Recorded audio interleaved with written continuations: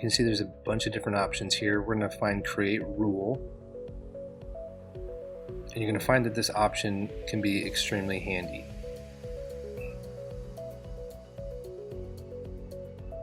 There it is right there.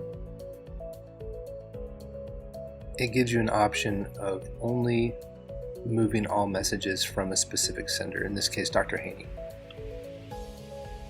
If we click on more options, this is where we can start to make things very specific.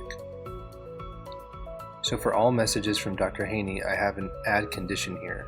So they're from her, but what I can do is I can modify this to be from, to, maybe where I'm the only recipient, where the subject might include a specific word, the importance or sensitivity of the email, whether it's flagged, has an attachment. You can see there's a lot of different options here. You can add multiple conditions. So I'm going to choose messages from Dr. Haney where I'm the only recipient. I can add an action.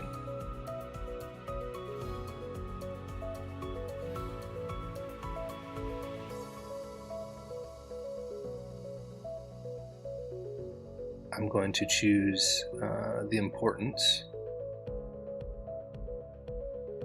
and I'm going to select high importance.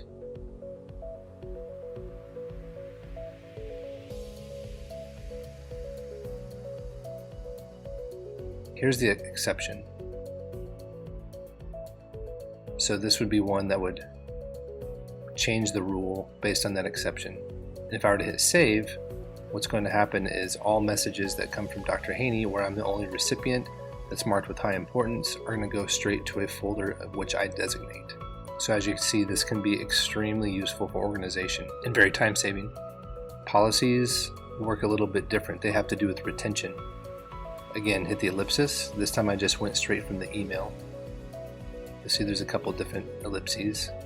I'm going to go down to the bottom where it says advanced options and assign policy. And as you can see here, I have retention times where I can set a 1 week delete, 1 month, 6 month, year, so on. The ellipsis is also available here. You'll see assign policy is right there as well. Anytime you don't assign a policy, nothing will happen. Or if you assign a policy where it just says use parent folder policy, then the policy that's set for those specific folders will take precedence. So you can go into each individual folder and you can set a policy as well.